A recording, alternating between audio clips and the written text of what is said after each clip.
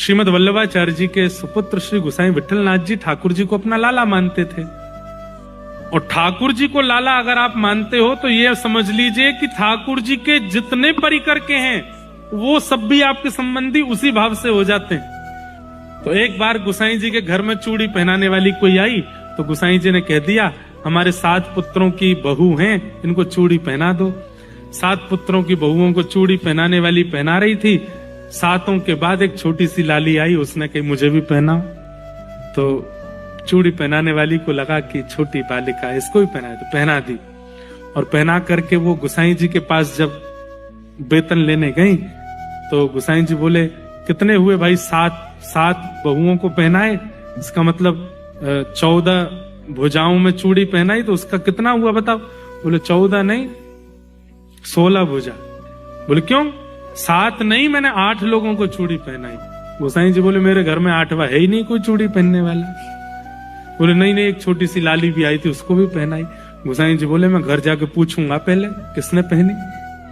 घर लौट करके गोसाई जी जब आए तो पूछा तो 7 बहुएं बोले नहीं हमने ही पहनी, और कोई नहीं था। रात्रि को स्वप्न में किशोरी जी आ गई और रूठ करके बैठ गई। और रूठ करके बैठ करके, हे गोसाई जी आप संबंध बनानो जानो निभानो नाय जानो। हरी श्यामा छू मोसो का अपराध है गो? अरे श्री जी आप इतनी उदास क्यों है रही, का है गो? नाय नाय आप संबंध बनानो जानो निभानो नाय जानो। अरे अरे श्री जी ऐसे मत करो, कहा भे बताओ तो। आप इनको अपनो कहा मानो?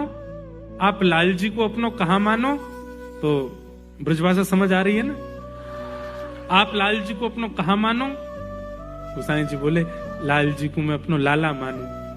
अब जब वे आपके लाला हैं तो लाला की बहू आपकी कौन भाई? तो बहू भाई, जैसे आपके 7 पुत्र हैं वो भी आपके पुत्र हैं, तो मैं आपकी बहू नहीं? और मेरे घर की जब सब बहुएं चूड़ी पहननी, सबसे छोटी बहू चूड़ी पहनवे गई तो आपने चूड़ी पहनावे वाली को मेरे हाथ के चूड़ी पहनावे को पैसा ही नहीं दियो।